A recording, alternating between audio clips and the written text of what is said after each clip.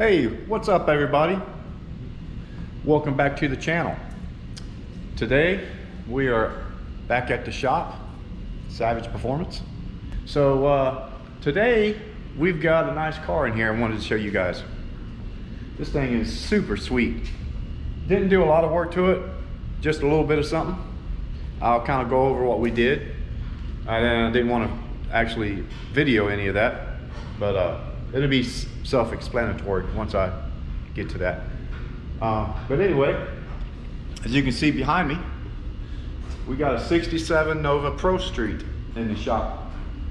This thing is really nice, man. There's a complete build sheet on this car. A local guy bought it, and I went through and was looking at the build sheet, all the pictures and the receipts, and it appears it's from the 90s. So, well, it was actually a long build. It took a while to build this thing, so it might have even started in the 80s. But it's kind of funny, like most of the receipts are Summit Racing and some other companies that was involved in this build, and they're really old, man. They look totally different than the way they do nowadays. So it was kind of cool to see all that history, you know. But yeah, so this thing is really nice. I mean, it's like I say, it's been built for a very long time, and it looks brand new still, as you can see. So let me give you all a closer look at this thing. I'll lower it down here in just a little bit, but you know, like I say, it's a 67 Nova. I love the paint on it. It's kind of a burgundy, I guess you could say, like a dark burgundy color, almost like black, but it's really a cool color. It's obviously been tubbed. It's got a 4-link suspension under it. Fuel system, it's a full race car. I mean, this thing is set up. Let's see, I think it's S. Yeah, so it's a super sport. At least it's got the badging on it. But yeah, check this thing out. I love the wheels on it too. Come on around here. Give you a little view from the bottom.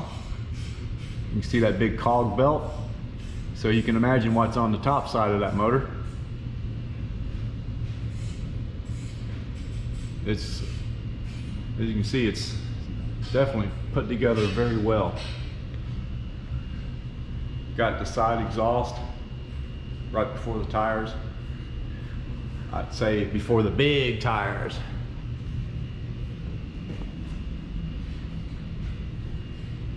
Look at that.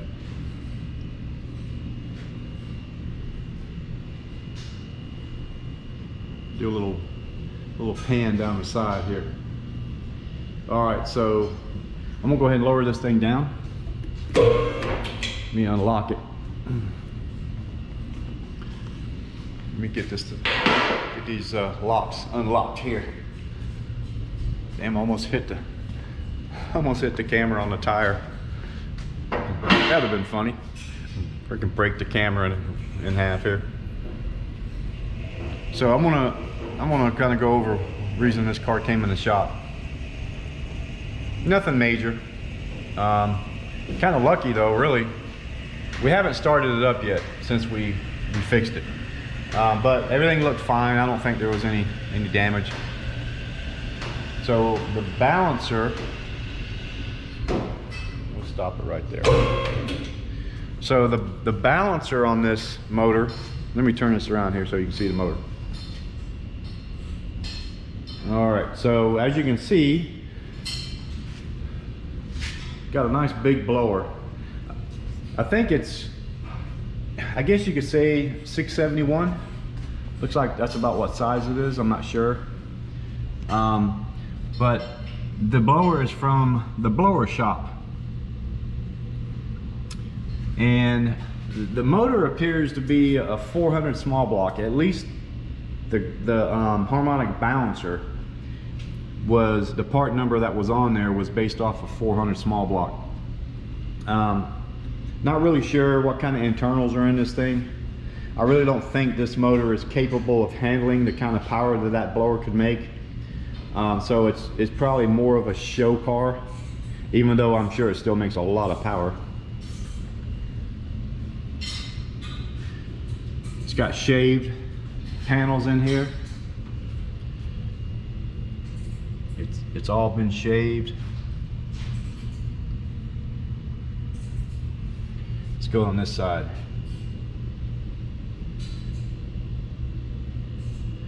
So you know this thing has got some money wrapped up in it. Supposedly it's about an $80,000 build back in the day.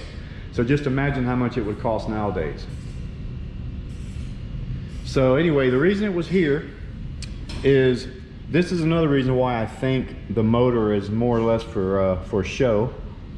It had a professional products harmonic bouncer, or damper as you want to call it. This is just an $80 part. It's an iron bouncer. It's not SFI, it's not billet steel or nothing. And this is what happened. So it's pretty much split the hub right out of the balancer. This is a double key. Anytime you run these big blowers, you got to have 2 keys on them. And but yeah, it luckily the owner that he just purchased this thing. He noticed that when he unloaded it off the trailer after he bought it, that the blower belt was not spinning. He could hear it, that it wasn't spinning. So he shut it off right away and noticed that the blower belt, this big old cog belt right here, was just hanging loose. Well, the balancer had, the bolt was loose. And I think the balancer actually came apart. Or the bolt backed out of the balancer, which caused it to back out and break apart or whatever. But we drained the oil. Now there was no damage to anything besides the oil seal, so that was really cool. The front seal was completely damaged, but the crankshaft was in good shape. Yeah, so man, it was cool. No damage to the timing cover or anything. Let me get my flashlight here. So the balancer that I went back with, I did put a professional products balancer back on it, but it's an SFI balancer. SFI, it's actually billet steel. It's not a very expensive balancer, but it's still, for the price, you get a really good quality balancer there. We got it double key weighed. We sent it off. Had it double keyed, so you know, it wouldn't spin on the crankshaft. So yeah, so I put it back on, made sure that the alternator belt wasn't too tight. I've got it just snug enough. We don't want any pressure on this pulleys down here. And then of course these type of blowers, you want to have on the loose side here, you want to have about 3/4 of an inch in from center and 3/4 of an inch out at center. And that's when it's cold. As it warms up, it might stretch a little bit, but that's pretty much what they call for. So I made sure that, you know, that's where it's going to be, and we're going to crank this thing up, see what it sounds like. Let me show you a little bit on the inside here. I don't want to hit the door. So it's got power windows. The interior has been completely done. I have to open the other door over there so you can really see. But let's see what we got on the back seat.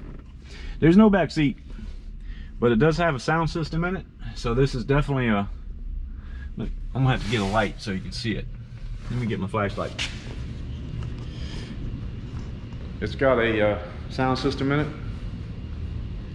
So it's definitely been something that's been driven on the street and enjoyed. I guess the only other thing that would really need would be AC, right? So check out the gauges here. See if it's got like a carbon fiber bezel there. It's really cool. Thunder Road Wow, that's cool. All the gauges say Thunder Road on them. That's nice. And then of course down there it's got, looks like odometer. Yep. Fuel pressure and boost. It's got a custom made center console here with a B&M shifter. Got a couple drink holders, cup holders. And then right there is actually the power window switches. Over there you can see it's got a speaker. So it's got nice little kick panels there for the speakers. And you can see the door panels are definitely custom made. I like these seats too. These are nice, man. I like to have them for my car. And then the back, there's an amp, looks like.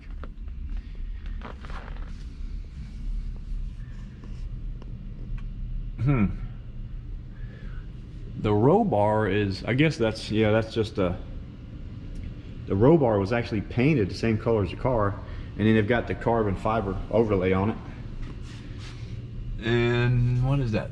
Billet Specialties? Yeah, that's a Billet Specialty steering wheel right there. Man, that's cool. I didn't even notice that before. But yeah, man, I'd love to have this thing. This is nice. Of course, the car is built. I mean, it's got full, the whole frame and everything is completely built on this thing. Suspension, tubular front cane member, brakes, the whole deal. So you could throw a motor in this thing and it'd be able to handle it going down the track. But it's pretty cool, man. So yeah, oh look, it's actually got speakers in the back here. I didn't even see them. Huh. May have to pop the hook though. I wonder if this thing's got a, might have a, let me get the keys out. I'm gonna pop the trunk and see. I don't think I even looked in the trunk yet. Hell, it might have a subwoofer in here too.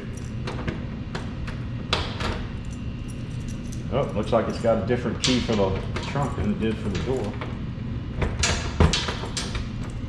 No. Oh, wait a minute, we got one more round one. Maybe this is it. There it is. Man, that thing's heavy, what's it? Oh yeah. Hold on, I don't want to scratch it. Gosh. I don't know why it's so heavy. I guess the springs are out of it. So, whoop, I better move these keys. Hold on a minute. Last time I laid keys inside the trunk, guess what happened? When I shut the trunk, I locked them in it. I don't want to do that again. Oh, okay, I can see. They've got a bar to hold the trunk up. But yeah, it's got a, man, this is nice. It's got a fuel cell, but it's got a custom cover on it. Wow, that's kind of cool. There's the battery. And then it's, of course, you can't really tell without the lighting, but it's got carpet in here, or felt or something. Man, that's kind of cool. Really cool. Let me lower this down easy. Nice and easy. We got it. All right, well, there was no subwoofer. I was thinking there might have been a subwoofer in there, but there wasn't. But that's all right. But yeah, so that's pretty much what we got. I mean, the motor's got a lot of money into it for sure. Not sure what kind of heads those are. They don't have any name on them or anything like that. But definitely got some money tied up in this thing. Looks like an MSD billet distributor in the back. MSD coil. Shoot. Alrighty, well, I'm gonna get this thing fired up and we'll see what it sounds like here in a minute.